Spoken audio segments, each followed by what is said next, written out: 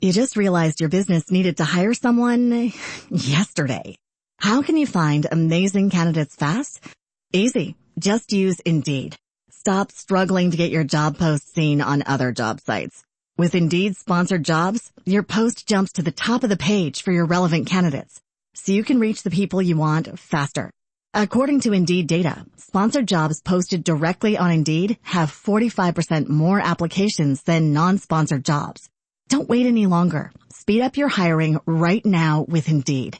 And listeners of this show will get a $75 sponsored job credit to get your jobs more visibility at Indeed.com/ARTS. Just go to Indeed.com/ARTS right now and support our show by saying you heard about Indeed on this podcast. Terms and conditions apply. Hiring? Indeed is all you need.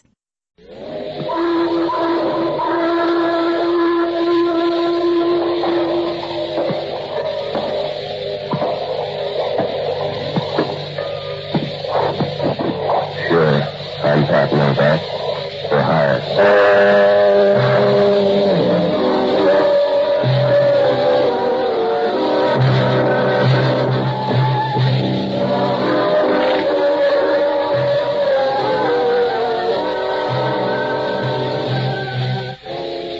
That's what the sign outside my office says. Pat Novak for hire. Or you can set it to music or put it up in neon. But down here on the waterfront in San Francisco, you're too busy staying alive to worry about the next guy unless he's pointing a gun. Most of the time, you've got as much chance as a flypaper fly on a solo flight. But it works out. Oh, I rent boats and do anything else to keep my stomach and my conscience running even. It's like juggling hot marbles on a high wire. But it's a living, and you haven't any more kick coming than a swimmer diving into an empty pool. I found that out last Tuesday night. I was sitting in my office after dinner, watching the fog stream through the gate and wrap up the bay for the night. Up on Russian Hill, the lights were just going on in the $1,000-a-month apartments, and right away you got a picture of warm rooms and cold martinis. I guess I was feeling sorry for myself, so I started to page through an old address book full of bad debts and tired memories. I was getting over to the page, and the regrets were piling up around my knees when the phone rang. Novak talking. This is Father Leahy, Patsy. Are you busy? Yeah, Father. Carrying up any phone numbers. Are you reforming or angry? Neither one, Father. They just wore out. You sound sad, Patsy. You expect them to last forever? Nothing's that good. What's on your mind? I want to ask you a favor.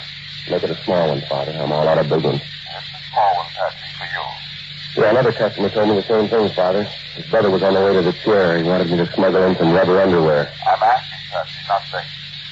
Okay, Father. What do you need? Can you see me in about an hour, right after the evening rosary? When's it over? Oh, about 8:30. But don't be afraid of coming early. No, I'll take a rain check on that, Father. That's what Noah's friends used to say. I'll see you at 8:30.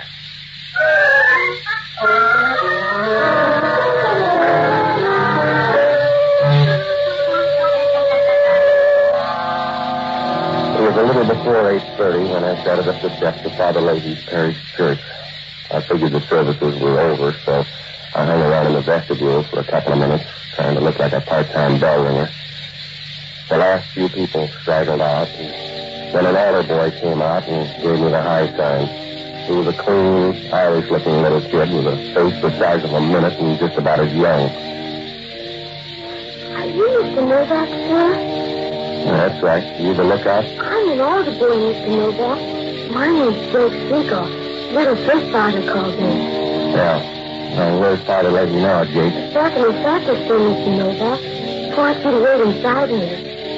No, this'll do. I'll wait right here. No, sir, Mr. Novak. I'm sorry. Father says to be sure and bring you inside. Okay, little Jake, lead the way.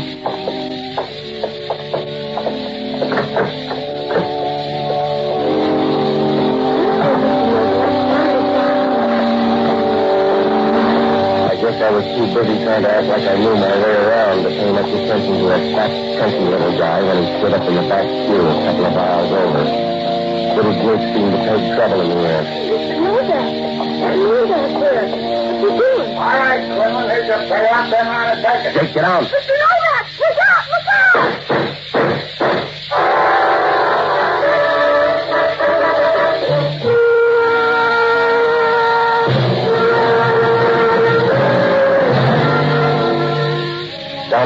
Frank, you'll learn early to look for trouble, any place, any time. You can find it at the top of the marsh or at the bottom of the bay. But this is the first time it caught up with me in the middle of a church. The lead got as thick as confetti on New Year's Eve. I spun around and I made a dive for little Jake, but I wasn't soon enough. He went down like young wheat in a hailstorm. When I grabbed for him, I must have hit my head in the base of a marble cellar or something, and things got dark for a minute. I stumbled down the aisle and into the street after the guy, but the odds were all on his side. The fog was so thick you couldn't read a newspaper with a Klieg light. I guess I covered every alley and street in the neighborhood, but it was like running after a hatful of feathers in the middle of a windstorm. Oh, I don't know how much later it was when I stopped for a minute in an empty doorway and I tried to remember what I was chasing. A siren was crying somewhere in the distance, so I started back for the church. The coroner's wagon was just pulling away when I got there, and farther later he had disappeared. I saw a light in the rectory, so I went upstairs and rang the bell. He came to the door in his shirt sleeves. He just stood there for a minute looking at me. Then he motioned me inside. You want to see me, Father? Yes. In here. Sit down. The kid, Father. Little Jake. What do you think? Yeah. He goes fast? Instantly. I'll get the guy, Father. I'm not asking that, Patsy. I'm not asking you for anything anymore, unless I need trouble. No, somebody told you a bad story, Father. That wasn't my gun. I should have known better than to call you. I should have known it meant trouble. It's your middle name, Patsy. You're married to it. You're looking for the wrong man. It wasn't my party. I called you here tonight to ask you a favor, Patsy. Anything you want, Father. It's too late now. We were going to have an outer boys picnic tomorrow at Paradise Cove. I wanted to borrow one of your boats. We won't be going now, Patsy. We've got a funeral instead. Yeah. What do you want me to say? Don't say anything, Patsy. Just listen for a minute. I asked you to come up here tonight, but I didn't tell you to bring your friends. If you've got any private fights with those waterfront hoods, that's your business. But don't bring your beasts into the church. And I tell you, I never saw the guy before. I don't know anything about it. He was shooting at you when he hit little Jake, wasn't he? What else am I supposed to think? Yeah. They find him maybe done? Nothing you'll blame me for me, Patsy. I like you better without the temper, Father. And I liked you better before your hands got dirty, Patsy. I warned you about that waterfront crowd, the cheap thugs, the cheap women. I told you, Patsy, roll around in dirt long enough and some of it's bound to stick to you. You got it all over your face and your hands, and it's working inside you, Patsy. It's working in deep. That's the end of the sermon, Father? I tried to warn you, but you had to figure. Well, figure this one, Patsy. There's a 9-year-old kid on his way to the morgue. He stepped in front of a bullet and saved your life. Now go ahead. Figure it. Yeah, I will, Father. But you better be on call when I catch up with the guy. He's going to have a lot of praying to do.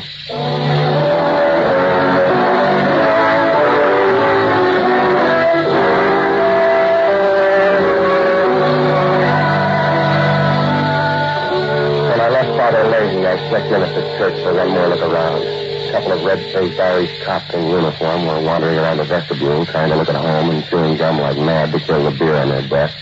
And over in one corner, half a dozen old women had their heads together, clucking like hens over a square egg. Outside of them, the place was deserted. I gave the course a quick rundown. A couple of aisles over, where I figured the gunshot must have passed, I picked up a matchbook. The ad on the front said match joint, Cicero, Illinois. And there was a phone number scrawled inside the cover. I was just about ready to toss it away when a bell rang, and I took a closer look. It was my phone number. I put the matchbook in my pocket, and I started home for the apartment. Maybe the cab wasn't going fast enough because halfway there, 3 years' stock of headache caught up with me and the ceiling started to jump. Oh, the cab driver was kind, though. When we got to my place, he offered to help me with fires the curb for an extra 4 bits. By the time I made it to my front door, I was feeling lower than any man of an Irish wake. The reception committee didn't help much. They were short and dark, all 3 of them, with rows of loose, oily fat where their necks should have been, and small pig eyes that squinted through the cigar smoke rolling out of wide nostrils and up their faces. Hiya, Novak. How do you feel? Lots better after you found the door. Hey, Jack. Novak don't like it. He'll cultivate a case. No, they don't build stomachs that strong. Say nice. It's easier that way. Now, look, Buster, I don't know who you 3 pigs are. Novak. Remember, be nice. Yeah, I remember. You West Coast punks are all alike, Novak. Couple of taps and you cry. Ain't that right, Lud? Maybe Novak's tired, fellas. Help him into a chair. Yeah, Novak. Sit down. Lud wants to say something. All right, then say it and get out of here. We want the gun, Novak, and we want the papers that go with it. Sounds like a great puzzle. Sorry, I can't help with the answer. You better tell Lud, Novak. It's liable to get rough. All right. My gun's over there on the desk and the papers on the wall. Be nice, Novak. Just once more, Novak. Where's the gun and where's the papers? Look, I'll spell it for you. I don't know what you're talking about. All right. Jack, smash, get his arm. Yeah. All right, hold his head up. Yeah. Okay, Lud, there. This the way they do it in Cicero? Last time round, Novak, the gun and the papers, where are they? I don't know. The gun, Novak. The papers. No use, boss. We lost him. All right. It's a big flaw. Let him find his own way back. Well,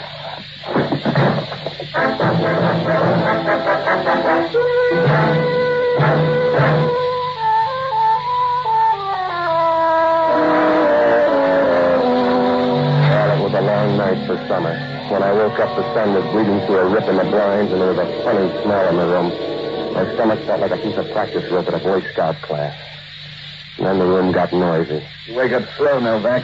Have a hard night? Oh, you're never on time for the party, are you, Hellman? I'm choosy, Novak. I don't like your friends. All right, then take up social work. What's the occasion? I got a phone tip. Thought I'd drop up for a visit. You having fun? Yeah. There's a gal in the kitchen aboard the desk. Huh? Take a look. Keep it hard. Who is she? Sally Kimbrough. That's what her driver's license says. Your friend of yours? How would I know? Even her mother couldn't tell. Messed up, isn't she, Novak? Must have been a rough party. I wouldn't know, Hellman. I closed early. It's your joint. What happened? I said I closed early. 3 gunsels were drinking my scotch when I got home about 10:30. They were anxious about a gun and some papers, and they figured I could put them straight. I couldn't, so they laid me out. Now tell me how sorry you are. I bleed for you, Novak. Now let's have it straight. That's as straight as you're going to get it, Hellman. If it's not exciting enough, try Esquire. You talk brave for a punk in hot water. I'm not going to scream till it burns. Then you better start practicing, Novak, because I'm going to burn you. You better hurry, Hellman. Your pension's catching up with you. Watch your mouth, Novak. You're not talking to your gentle friend. Now, that's hard to tell, Hellman. You both use the same technique. Now, show me the warrant before I start charging your rent. That dame's body is all the warrant I need, Novak. Now talk. How did she get so dead? I told you once. Pick up the 3 gunsels and ask them. What they look like? Like you, a size smaller. They're from the east, around Chicago. What else? They wouldn't leave their birth certificates. Go ahead, smart boy. Get in all the laughs you can. But don't ask me to con the parole board for you. Oh, I don't know, Hellman. You won't be there. Maybe I'll like prison life.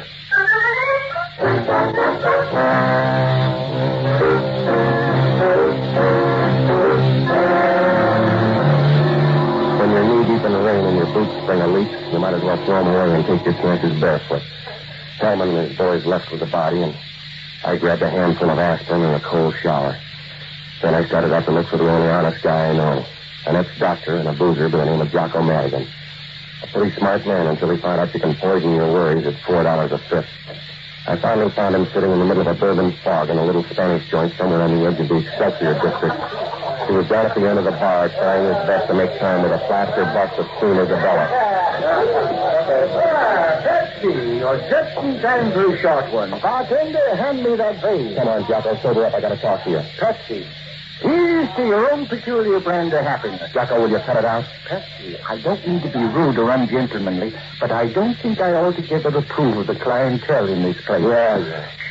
This woman next to me, Pepsi, the one with the stony gaze, she's been here ever since I came in. And I don't mean to be uncharitable, but I think she's the picture of a perfect boy. All right. Patsy, to a member of the old Castilian school, there can be no excuse for the conduct she's exhibited. Why, do you know, I was even good enough to buy her 3 rounds of Portuguese brandy, imported, mind you. But what do I get for my pains? Not even a civil thank you. All right, Jocko. I've been sitting here in the most gentlemanly way, sipping this delicate nectar in great mouthfuls and trying to keep the party going. But does she help? No. I've talked to her about politics, medicine, literature, Keats, Byron, Shelley, Nick Kenny. I even talked about the weather. Jocko, she's a statue. She's a simple oversight, Patsy. Might happen to anyone. Listen a minute, will you? You just realized your business needed to hire someone yesterday. How can you find amazing candidates fast? Easy. Just use Indeed. Stop struggling to get your job post seen on other job sites. With Indeed sponsored jobs, your post jumps to the top of the page for your relevant candidates, so you can reach the people you want faster. According to Indeed data, sponsored jobs posted directly on Indeed have 45% more applications than non-sponsored jobs.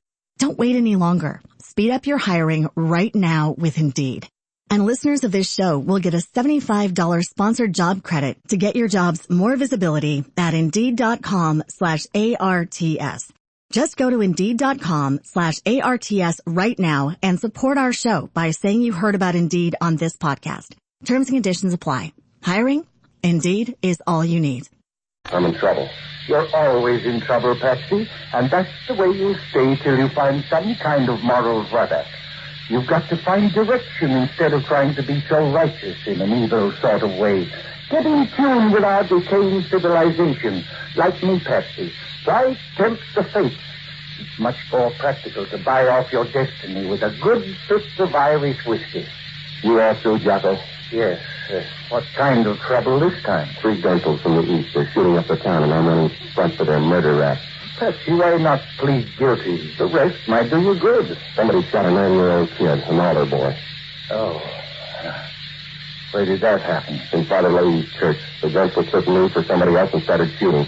Problem's getting bigger, Patsy. What am I supposed to do? I want you to check on a guy by the name of Mike Quinlan. Also a girl, Sally Kimbrough. Tagged by the Examiner and the Chronicle morgues and knows around the horse parlors out on Eddy Street, will you? Find out everything you can. Well, all right, Patsy, but you've broken up a beautiful party. You've disillusioned me about Queen Isabella here, and I've suddenly grown dreadfully thirsty again.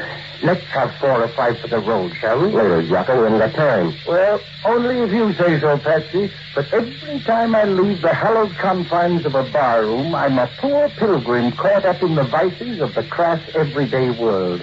A tattered orphan leaning disconsolately against the bitter winds of chance, tossed and buffeted about endlessly by the cruel storms of fortune. By the way, I'll need car fare. All right, here, $50. Patsy, refreshment. Later. Now, get going, will you, Jocko? Where can I find you? I'm going to check by my office, and I'm going to see Father Leahy. Well, as soon as he mentions taking the pledge, that's your cue to leave. Good night, lover.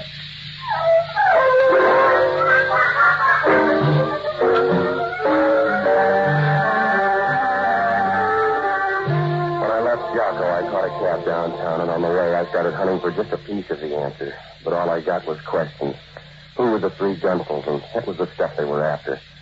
Mike Quinlan, where did he fit in? And that dead girl in my apartment, who did she belong to? Well, the zeros were piling up faster than flies on donuts when the cab pulled up for a stop sign at 16th and Mission, and a little guy with a worried mouth and a loud sports shirt jumped in. His lips were wound around a phony kind of smile, like a head waiter just before he hands you the check for a big party. It's okay, driver. We're friends. How are you, mister? Ben's Tim's easy for you, mister. You got a name? Keith Novak, I want to talk. You got until the next corner. We both mean it, Novak. Me and the gun. Now, look, Junior, if you want to play the heavy, go find a melodrama. Who are you working for? Sandell? That's as good a name as any. All right, here's your corner. Sally Kimbrough. Where is she, Novak? You're fast with a question, mister. Let me ask you one. Who's Sandell? I got the gun, Novak. Yeah, then who's Sandell? I'll do the asking. You sit there and make the answers. Oh, you're running out of tickets, Junior. Come here. All right, now reach down for that gun and I'll slam you through the floorboards. Who's Sandell? The Chicago hood. He's out to get me. It works both ways. That's a good plot. Now, who are you? Mike Quinlan. All right, now what about Sally Kimbrough? They mopped her up off my kitchen floor this morning. Somebody's going to get Sandell. Maybe we're on the same train. What's he look like? Fat men all look alike. All right, you can leave any time now. Sure, Novak. Fare's getting high. See you later.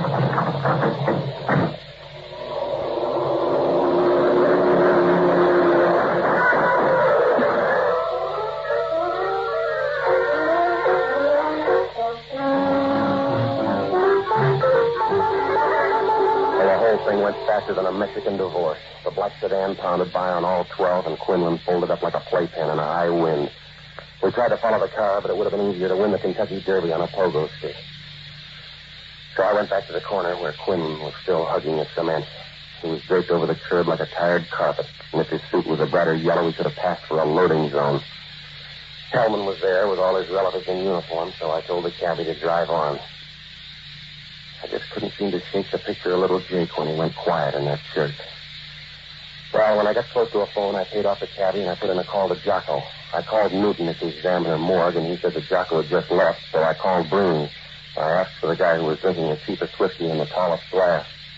Jocko Madigan speaking. This is Novak. How'd you make out? Let me tell you about these pack of newspaper men down here. Men of high birth patches, true breeding. They like Scotch almost as much as I do. What'd you find out about Quinlan? My Eddie Street informant tagged him as an ex-con patsy. Sent up for armed robbery in 1940 and paroled about 2 weeks ago from Joliet.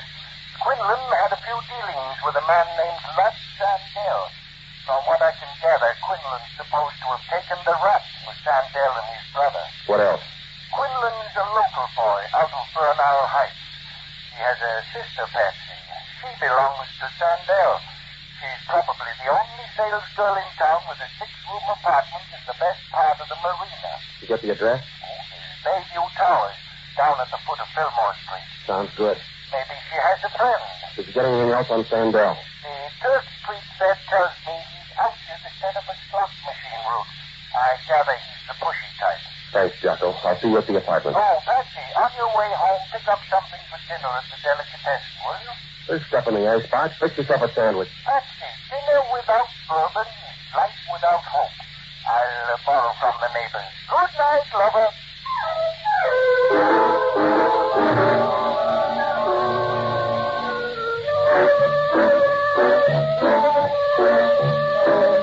When I hung up, I caught a D car out on Van Ness Avenue, and I headed down into the marina.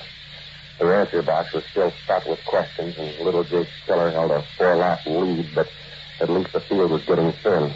I figured it was 1 out of 3. Sandell or either one of his gunsels, but which one? So when I got down to the foot of Fillmore Street, the fog was thicker than ankles at a fat ladies' convention, and the foghorns out beyond Yacht Harbor started on overtime. The Bayview Towers was one of those swanky, new-looking places that gets old in a hurry. It saw lots of brass and brunettes during the war, but now the only uniform left belonged to the doorman. I found Quinlan's sister in the penthouse apartment. And when she opened the door, it felt like Clyde Beatty with a broken chair. Her lounging pajamas reminded you of a good butler. They came in and went out at the right places, and they stayed close to the job. I felt like the fifth boy after somebody blew out his candle. Oh, talent on the loose. Want to come in? Yeah, it's St. Terrence. My name's Novak. I got some news for you. I'm Bobby Quinlan. Look what's so fast. I'm looking for answers, lady. If you want a companion, advertise. Your brother's dead. Sandell shot him. My, such a big imagination, Mr. Novak. Why don't you relax? Here. Look, I got proof in my pocket, baby. You want the rest of this couch now? That's been lonesome, Novak. It's going to get worse with your brother gone. Take a look at the paper. Look. Yeah, you've been practicing. Look at him, Patsy. I can feel your heart pounding. Yeah, now let's quiet down and talk murder, shall Patsy, we? you're hurting. You're hurting me. Where's Sandell? Please, Patsy. Where's Sandell? Where is he? Patsy, my arm, you'll break it. Tear it off and throw it away. Now, where's I Sandell? don't know. I swear I don't. He killed your brother. He shot him down on the street. Don't dress, Novak. All right, if you won't believe me, take a look at this chronicle. Right there on the front page. You're lying, Novak. Look at it.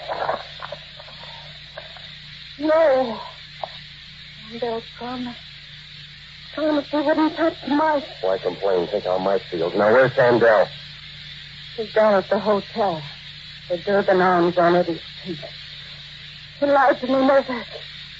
I played it safe, but he lied to me. Yeah, you're a mistake, baby. I'll see you later. Don't leave, Novak.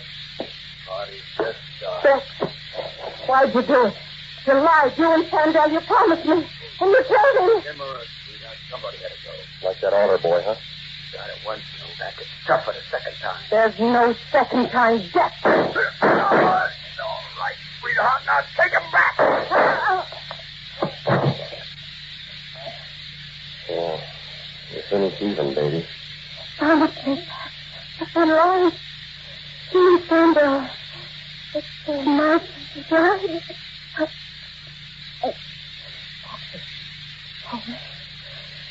Hold me back. Sorry, baby. You make this trip alone.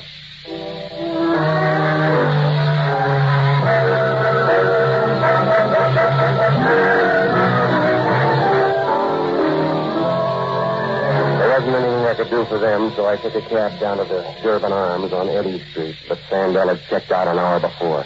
The clerk told me his baggage was still around, though, so I figured that could only mean one thing. I put in a call for Hellman, and then I grabbed a cab and headed for Father Lazy's. By the time I got up on the hill, the fog had taken a lease on most of the town. You can always tell when it's thick because all the sounds out in the bay get a free ride. Halfway there, the driver was ready to quit, but for an extra $2 he threw the cab in second, and we crawled the rest of the way till we got a block from the church. By that time, the fog was so thick you could have sold it for the pound. I did the last block on foot. I was just about 20 yards away when I spotted Sandell and Max the Gunsel standing under a streetlight just outside the door to the church. They waited a minute, and then they turned and started up the steps. Don't bother, Sandell. You called too late. Huh? Who is it? Who's out there? It's a first one, Bud. Novak. Novak. Come closer. I can't see you in the fog. Go on out and get me, Sandell. There he is, Max. You're flying blind, Sandell. You made the trip for nothing. I got the gun and I got the papers. He's lying, Lud. Come on out, Novak. We'll make a deal. I said you're late, Sandell. I already made the deal with Matt. You're funny, Novak. This'll shut you up. Not even close, Max. Which one have you got the altar boy? You sound worried, Novak. You want to tell him, Lud, or should I? Max deals a lot better than you shoot, Sandell. Ask him about it. Huh? What's he saying, Max? He's saying nothing, Lud. He's talking crazy. Let's go out and get him. Ask Mac about this afternoon, Sandell. Ask him where he was when Dex got it. Ask him how I got the gun and the papers. He's crazy, Lud.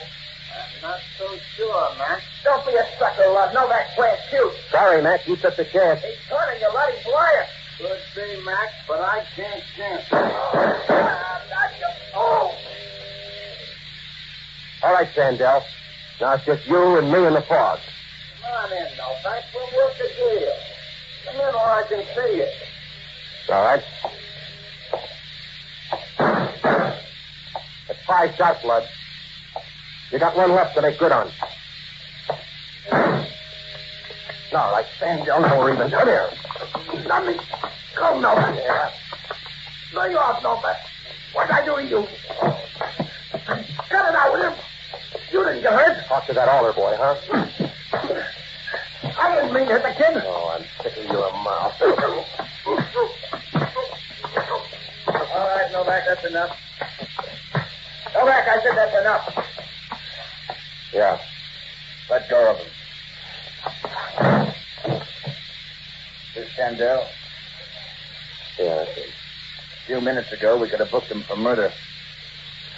You can have him now, Hellman. Saved the state some money, Novak. Neck's broken. That you, Patsy?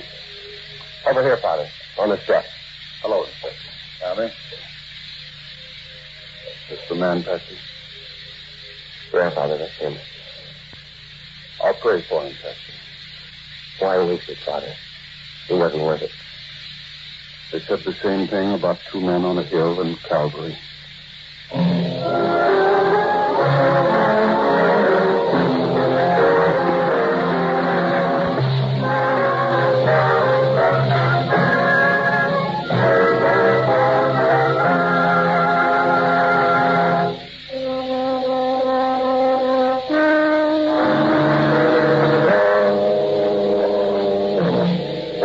Lifted the next morning, things got lots clearer for everybody. The story was the cheap earthy kind, but then so were the characters. After Mike Quinlan joined up with Sandell and his boys back in 1940, they pulled a bank job in Chicago. And instead of cutting in Mike on the tape, Sandell framed him to take the rap for the 3 of them. Then Sandell came west to operate and lined up Quinlan's sister for his girlfriend. By the time Quinlan was paroled, he was fast on Sandell's game, and he had lots to beef about. He lined up enough good evidence to put Sandell and his 2 boys away for life, and then he threatened to spill it if Sandell didn't cut him in for his share of the job and stay white of his sister. Sandell wasn't generous and he wasn't genteel, so he played along with his tongue in his cheek and his gun in his pocket. When the time came to swap money for evidence, Quinlan picked the church for a trading ground that was actually hidden in the box with the evidence. That's where we finally found it. The deal was all set to go when something scared Quinlan off, and Sandell came in, and the split me for Quinlan and split little Jake. Sandel's boys tried to get at Quillen through his girl, Sally Kimbrough, and when she wouldn't spill, they killed her and planted the body in my apartment to take care of the opposition. Mac and Sandel